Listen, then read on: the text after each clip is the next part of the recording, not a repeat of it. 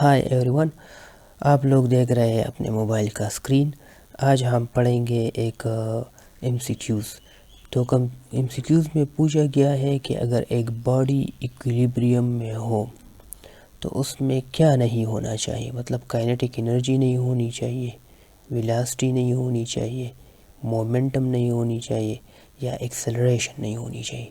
تو چلو اس کو سمجھتے ہیں۔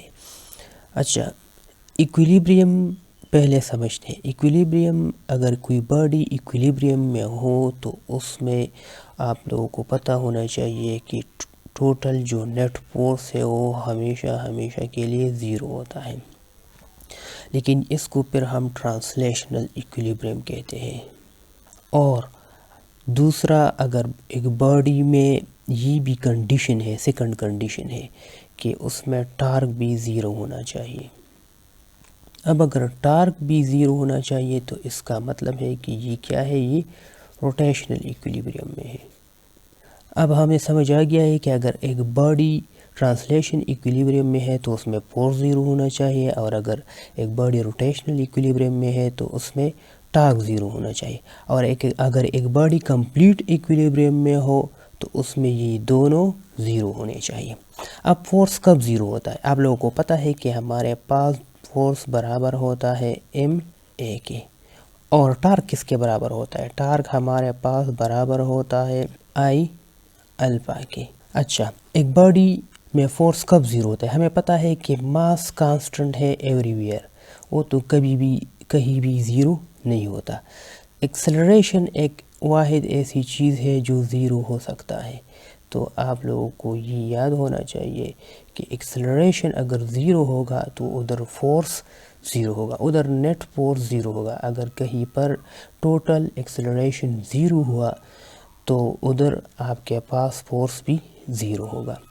اچھا، بعض اوقات اس طرح ہوتا ہے کہ ایک باڈی ٹرانسلیشن ایکویلیبریم میں تو ہوتا ہے لیکن وہ روٹیشنل ایکویلیبریم میں نہیں ہوتا، اور اس کی ایک مثال میں ادھر لے لیتے۔ فار ایگزامپل ایک باڈی ہے اور ادھر ہم نے اس پہ ایک ادھر کیل ٹوکا ہے، تو اگر ہم اس پر اس طرف ایک فورس لگائیں گے اور اس طرف ایک فورس لگائیں گے، اور اس کا میگنیچیوڈ فار ایگزامپل -10 ہے اور اس کا میگنیچیوڈ بھی +10 ہوگا کیونکہ اس کا ڈائریکشن الگ ہے، تو اگر اب ہم دیکھیں تو ان +10 اور -10 سے ہمارے پاس جو ٹوٹل فورس آ رہا ہے وہ کیا ہے، وہ 0 آ رہا ہے۔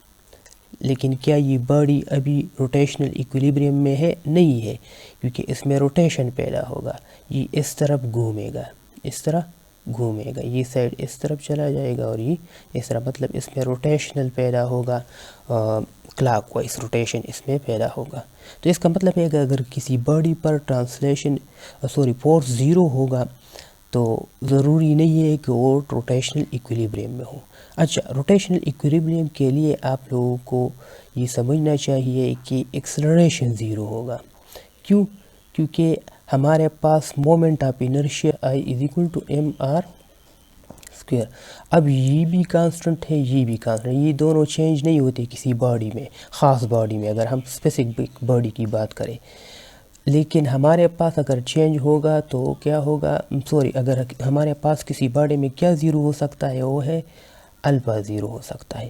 تو اگر کسی باڈی میں الفا 0 ہو گیا مطلب روٹیشنل ایکسلریشن 0 ہوگا، تب آپ کے پاس وہ روٹیشنل ایکویلیبریم میں ہوگا۔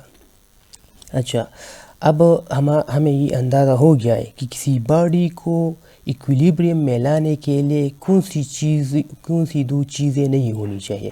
ایک ہے ایکسلریشن جو کہ لینئر ہے، اور ایک ہے روٹیشنل ایکسلریشن، کیونکہ روٹیشنل ایکسلریشن باڈی میں تب پیدا ہوتا ہے جب اس پر ٹارک لگتا ہے، ادھر تو ٹارک لگ گیا ہے، تو یہ دونوں نہیں ہونے چاہیے۔ تو جو اس میں کریکٹ آپشن ہے وہ کون سا ہے، وہ ہے ایکسلریشن۔